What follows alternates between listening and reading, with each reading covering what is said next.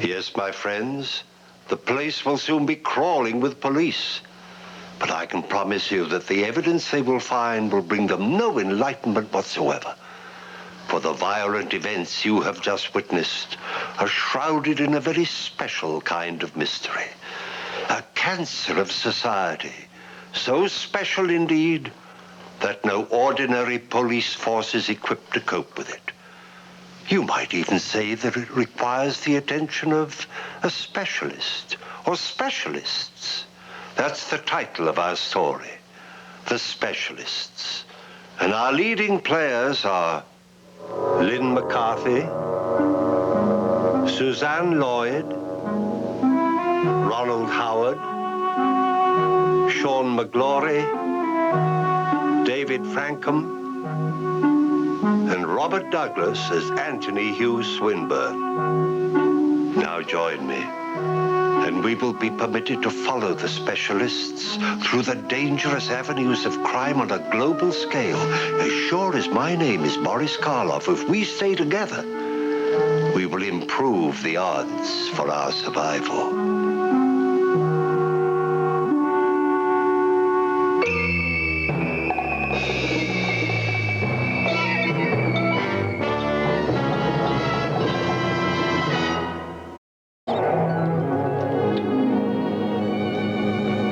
Beautiful young face in the mirror, a pitiful old face at the door. Could they have been one and the same?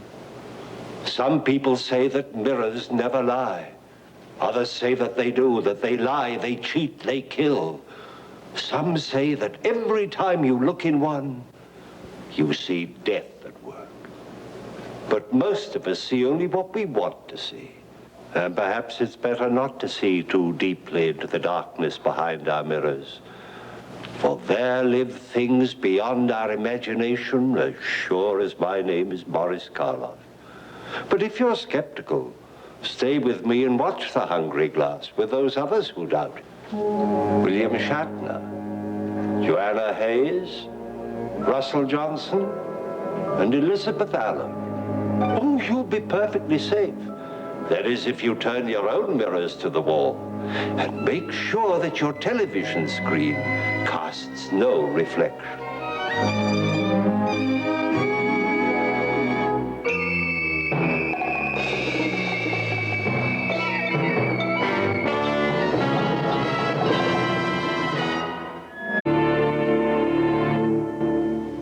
Thomas Edward Griffith, the man who made this lovely picture and then destroyed it, really lived.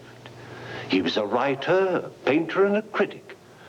Now, in each of these arts, he displayed talent. But his real genius lay elsewhere.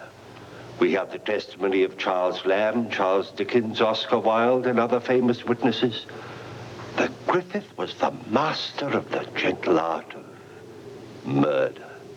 A dabbler in the occult and a connoisseur of the exotic, Griffith was far ahead of the medical men of his time in the lethal science of intoxication. In simpler terms, Griffith was a poisoner. That's the name of our play, The Poisoner.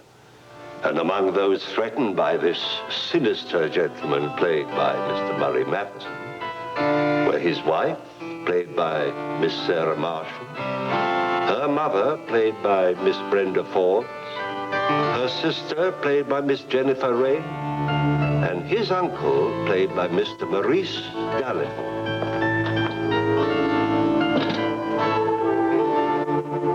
Oh, by the way, if in the course of our story someone brings you a cup of tea or a spot of brandy, I suggest you let them take the first sip.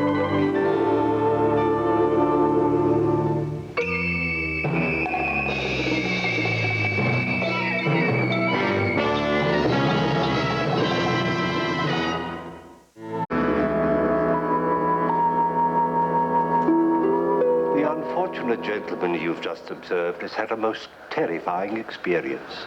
You see, his business is pretending to be clairvoyant. But the glimpse he just had into the future was true, as sure as my name is Boris Karloff. Imagine, if you will, the plight of a man who finds his premonitions concerning those he loves coming true in the most horrible and violent ways. The name of our play is The Prediction, and appearing with me are Miss Audrey Dalton,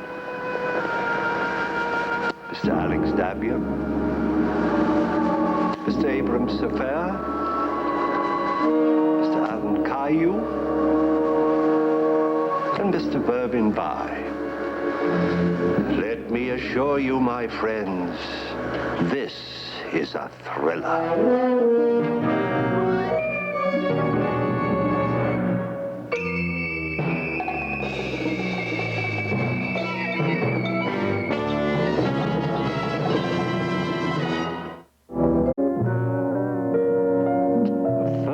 In the night, a threat to kill, and then a public announcement that the killing will take place. Is this man just a publicity seeker? Or will he be driven to kill? Will he succumb to the impulse? That's the name of our story, The Impulse. Our principal players are Mr. Robert Lansing, Miss Whitney Blake, Mr. Lance Fuller, Mr. Elisha Cook, Mr. Steve Brody, and Mr. Conrad Nagel.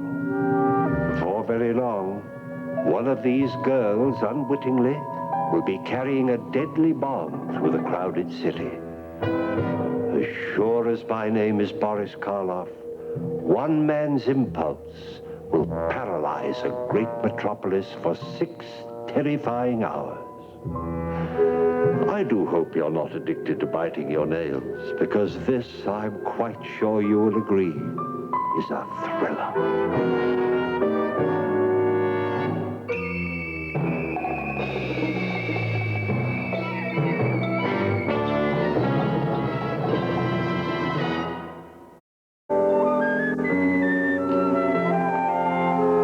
Our friend is in big trouble, because his name is Bert Lewis.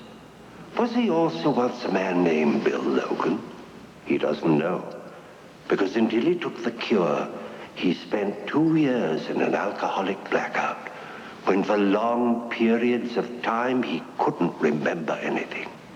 Did he do something at that time for which a man with a gun has come to get him? He doesn't know. All at once, his big blackout has caught up with him. That's the name of our story. The Big Blackout. And our principal players are Miss Nan Leslie, Mr. Charles McGraw, Miss Jean Cooper, and starring Mr. Jack Carson. As sure as my name is Boris Karloff, I advise you to slide back in your chair and take a firm grip on it, for this, my friends, is a thriller.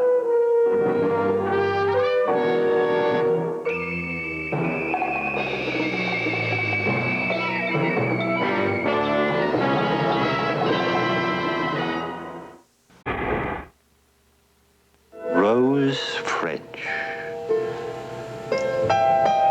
In the blur of memory, the face grows dim. But do you remember the name?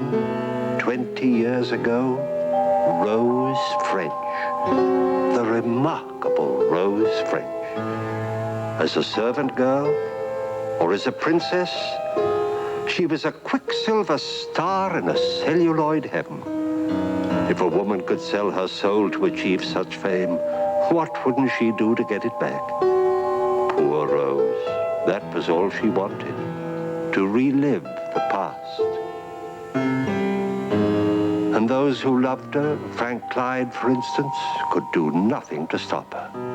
But the comeback trail can lead to strange and sinister places, to a lonely garden, and to a night of terror. It can even lead to the face of a painted doll. But the comeback trail is a journey without maps, as sure as my name is Boris Karloff. Poor Rose French and her last desperate summer. That's the name of our story, Rose's Last Summer. Our principal players are Miss Mary Astor, Mr. Lynn McCarthy, and Miss Helen Quintal. Let me assure you, my friends, this is a thriller.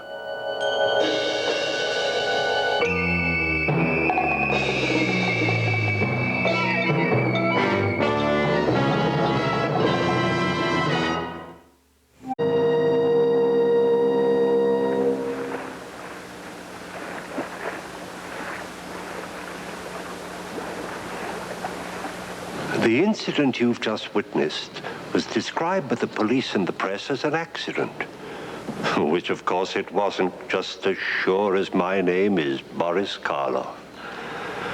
We're concerned now with some of the people who live in the small resort town where the accident took place several weeks ago. We're going to see these people through the eyes of a murderer at large, unidentified, unsuspected, unpredictable, as the urge to kill again becomes irresistible. The name of our story is The Watcher, and our principal players are Mr. Martin Gable, Miss Olive Sturgis, Mr. Richard Chamberlain, Mr. Stuart Irwin, Miss Gloria Clarke, Miss Irene Hervey, and Mr. Alan Baxter. Take my word for it, this is a thriller.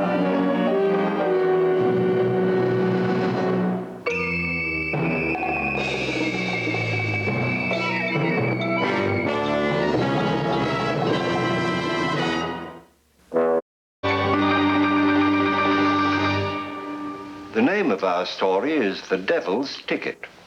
It has to do with an artist. And they tell us that one picture is worth 1,000 words. You will see MacDonald Carey, Joan Tetzel, Patricia Medina, and John Emery. Now, there's a rogues gallery if I ever saw one. And I can assure you they're up to no good, as you'll find out for yourself, if you have the courage to stay with us.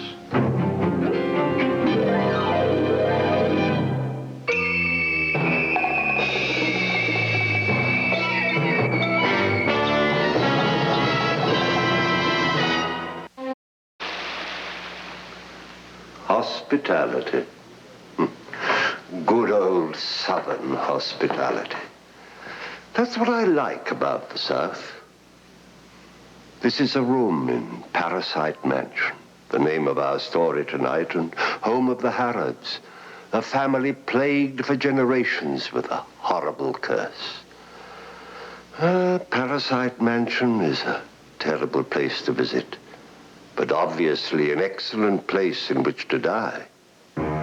Featured in our story tonight are Jeanette Noland, James Griffith, Beverly Washburn, Tommy Nolan, and Pippa Scott. One of these poor unfortunates is doomed to die before your eyes. Oh, don't try to guess. You might be right, and that would spoil all the fun.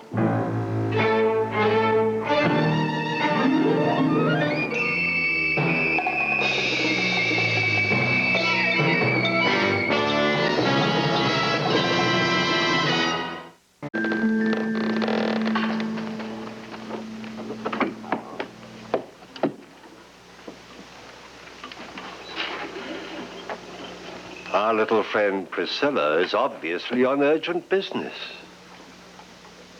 But in a cemetery, you say?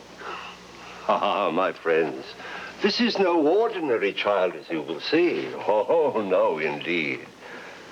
You see, she has a very special friend and protector resting here. Oh, yes, to the rest of the world, her friend is properly deceased and quite cold. But since Priscilla is not aware of adult concepts such as life and death, She simply knows that Mr. George has only changed his address. That's the title of our story, Mr. George. And it concerns the fearful effect his untimely demise has on our leading players. And they are Virginia Gregg, Lillian Bronson, and Howard Freeman. And most importantly, Priscilla herself, as played by Miss Gina Gillespie and Mr. George. I warn you, hold tight to your own concepts of life and death, because before the hour has ended, Priscilla and her special guardian may change them.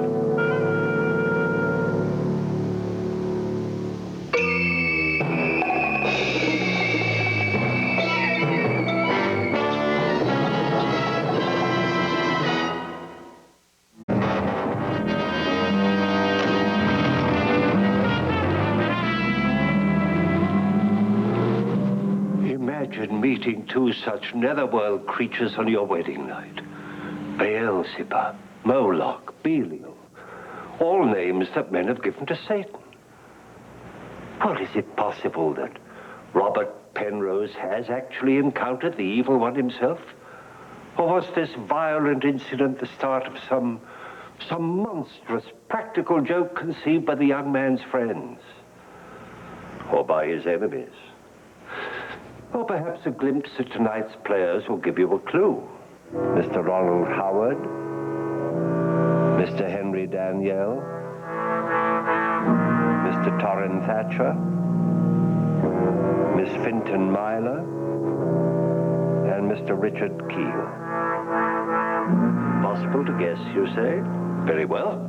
Let's turn back the clock and pick up our young bridegroom before the start of this fateful journey. But I warn you, ladies and gentlemen, if you have a faint heart, tune away, because it may stop in your throat as sure as my name is Boris Karloff.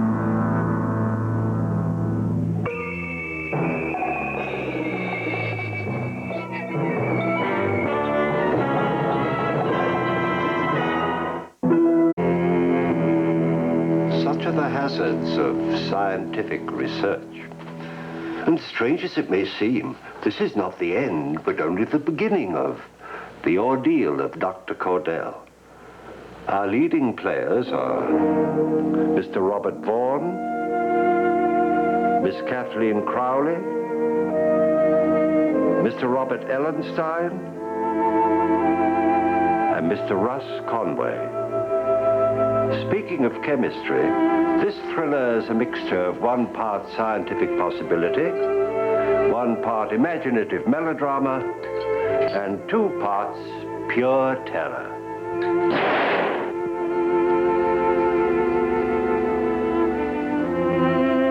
Oh dear. Well, these are the hazards of science.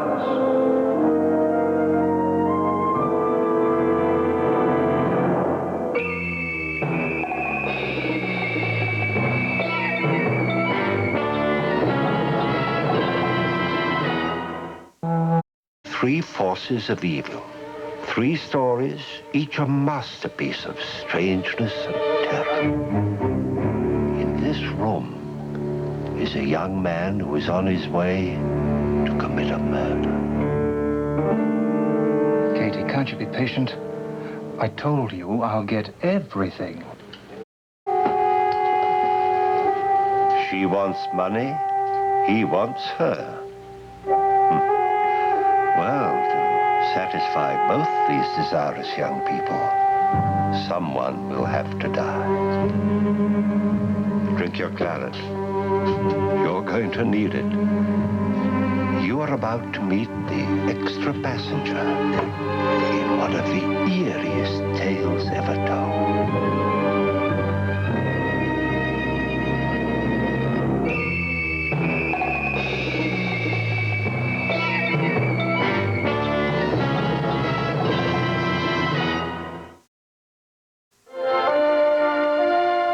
Take another glass of this claret, of course. It'll brace you for a different force of evil. All the night birds show up sooner or later in a pub like this.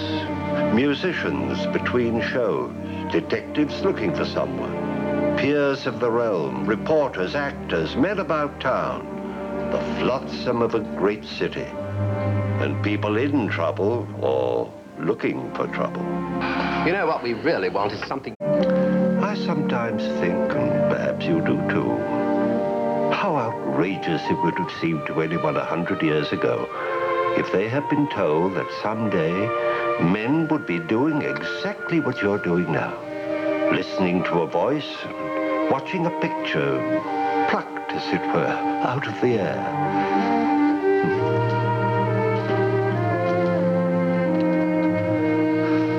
We've learned a lot in the last 100 years. But how much do you suppose has been forgotten in the past 5,000? You know how scientists scoff at folklore and ancient beliefs, but every now and then they amaze themselves with the discovery that our remote ancestors were right after all. Our third tale of terror contains the echo of an ancient fable, which may not be a fable at all. It begins with a manhunt, a search for a murderer, a strangler, if you will. We've thrown a cordon around the entire area. Detective... Put yourselves in young Larry Week's shoes, my friends. You've just come home from a carefree day at the beach. Mind and body exhilarated by the sun and water. And what awaits you? The tragic evidence of murder. Now ask yourself, what would you do next? Remembering always that the one person you love most in all this world, your own brother, was the killer. Would you phone for the police? Would you run from this terrible scene? Or would you have the courage to do what Larry Weeks will do? But before you answer, let me introduce the people that you will meet in tonight's excursion with the corpse. Mr. Larry Pennell,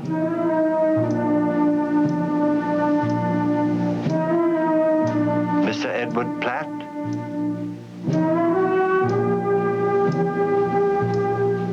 and Miss Jodie Fair. Now, for those of you who are still undecided, let us see exactly how young Larry did handle this grim problem.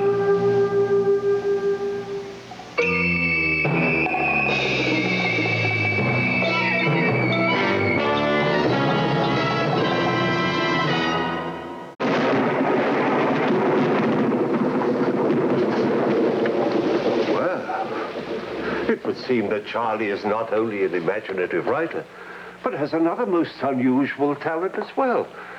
Peopling his stories with flesh and blood characters. Or was that old man flesh and blood? Now, don't answer too quickly. For this is the sort of night when all manner of unnatural creatures crawl through the dark corners of the earth. When the full moon cowers behind the storm, and the wolfbane reaches out with its evil, hungry branch. Yes, my friends, on just such a night as this, who knows what masquerade the living dead may choose? Masquerade is the name of our story. And the masqueraders, may I present Mr. and Mrs. Charlie Denham, played by Elizabeth Montgomery and Tom Poston. And John Carradine, Jack Lambert, and Dorothy Newman as the infamous Carters.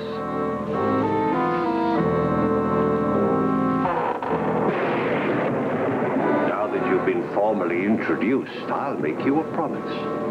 Before this terrifying adventure is ended, you'll change some of your outdated ideas about vampires. As sure as my name is Boris Karloff. Don't be alarmed. I assure you the old faithful weapons are not outdated. And those of you who happen to have some silver bullets or sharp-pointed wooden stakes around the house have nothing whatever to fear. As for you others, perhaps you'll be prepared next time. If there is a next time.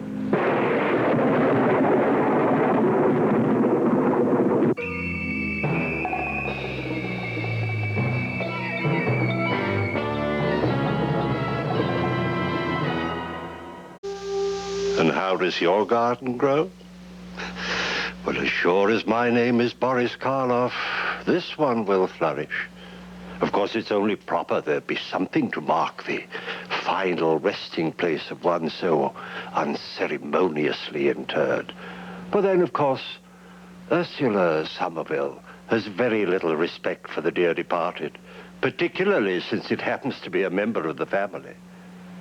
Our story tonight concerns her slowly dwindling clan, as well as her sinister determination to become the last of the Somervilles, which, by the way, is the title of our play. Our leading players are Phyllis Thaxter, Martita Hunt, Peter Walker, and this odd-looking chap is Dr. Farnham.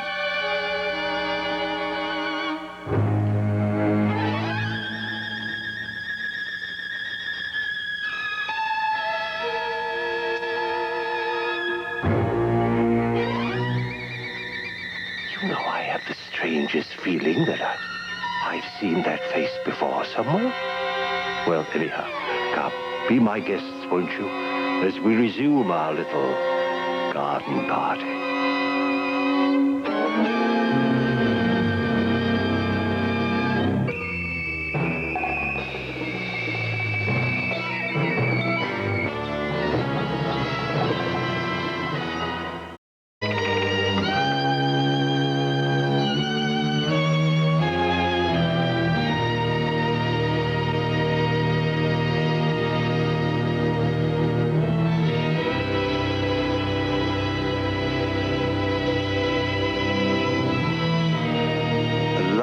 Of the Somervilles, huh? I wonder who the next owners will be. Most astounding, the whole affair.